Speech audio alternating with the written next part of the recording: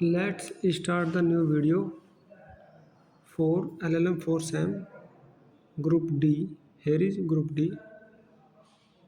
Tort and Criminal Law, Specific Principle of Criminal Law. Now question number 1. Let's start. We have to see the concept behind the question. Concept देखना है. What are the stages of criminal liability?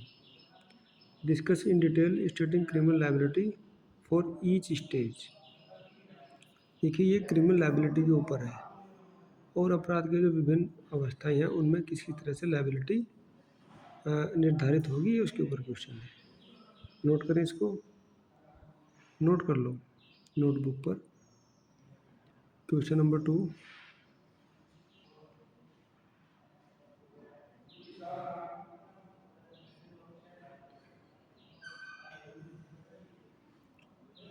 परिवर्तन किन प्रकारों से असंभव हो सकते हैं?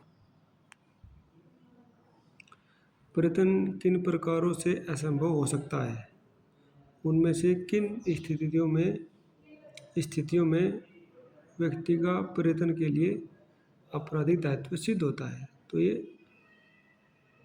अटेम्प्ट को भी क्रिमिनल लायबिलिटी के अंतर्गत ला देता है. 3. What do you understand by inchoate crime? Discuss in detail. देखिए इनकोहेट क्राइम बार बार हम लोग पढ़ते हैं. अपूर्ण अपराध से आप क्या समझते हैं? ये इनकोहेट क्राइम के ऊपर है. ये कोई नया कंसेप्ट नहीं है बल्कि पहले से ही पढ़ते आ रहे हैं. इसको नोट करें और इसके ऊपर क्वेश्चन बनाएं, आंसर उसका तैयार करें क्वेश्चन का. क्वेश्चन मैं बता रहा हूँ, ठीक है. Discuss criminal liability for abetment. ये भी पुराना ही है, अबेटमेंट के ऊपर है. वेरी इंपॉर्टेंट क्वेश्चन अबेटमेंट का. What is the difference between abetment by conspiracy and criminal conspiracy in Indian penal code 1860? अभी इंडियन पेनल कोड की जगह BNS आ गया है, भारतीय न्याय संहिता 2023. 5.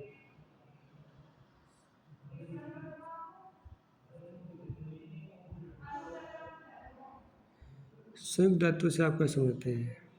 भारतीय दंड संहिता 1860. मुझे लगता है आपकी बार भारतीय दंड संहिता की बजाय भारतीय न्याय संहिता आएगी. BNS के अनुसार धारा 34 एवं 114 में अंतर स्पष्ट करते हुए विस्तार से वर्णन कीजिए. देखिए वो ये भी आ सकती है, लेकिन अब नया एक्ट लागू हो गया ना, तो मोस्ट प्रोबेबिलिटी यह रहती है कि नए एक्ट से आएगा. अदरवाइज ये क्वेश्चन सेटलर की बात है, वो पुराने भी रख सकता है. 6. What is difference between criminal liability under section 34 and 149 of Indian Penal Code 1860? When can a person be criminally liable in case of mob lynching? ये नया आ गया भैया. mob lynching का तो BNS में भी है, ठीक है. Concept of mob lynching. उन परिस्थितियों की व्याख्या कीजिए जब व्यक्तिगत प्रतिरक्षा का अधिकार मृत्यु कारित करने तक विस्तृत हो सकता है.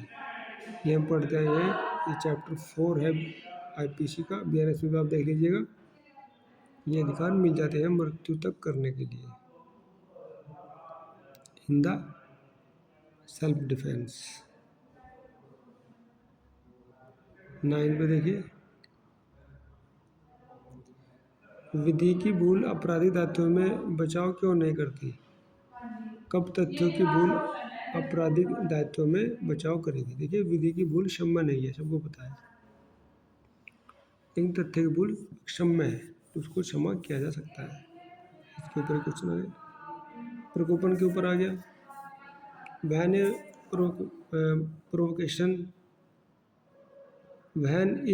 Provocation a mitigating defence against criminal liability for an offence? प्रकोपन किसी आपराधिक दायित्व को कब न्यूनीकृत बचाव प्रदान कर सकता है? जब वो अचानक से आए. ग्रेव एंड सडन प्रोवोकेशन, उसमें एक बचाव हो सकता है, ठीक है. तो ये 10 क्वेश्चन 10 कंसेप्ट आए हैं इसमें. हर कंसेप्ट के ऊपर एक क्वेश्चन बनते हैं. वेरी शॉर्ट, कहीं कहीं भी बन सकते हैं. तो कंसेप्ट को आप देखिएगा. होमवर्क किया कि इस तरह के आप 4 या 5 क्वेश्चन पेपर निकालो, उनको नोट करो और उनके आंसर ढूंढने का प्रयास करो. उसको लिखो, बार बार रिपीट करो. बुक्स पढ़ो, नोट्स पढ़ो. AI और गूगल की मदद से नया कंटेंट लेके आओ. जो विद्यार्थी बुक्स पढ़ते हैं, नोट्स पढ़ते हैं, AI गूगल से अपडेट रहते हैं और साथ साथ में PYQ लगाते हैं, उनका परफॉर्मेंस बहुत अच्छा रहता है। Thanks for listening.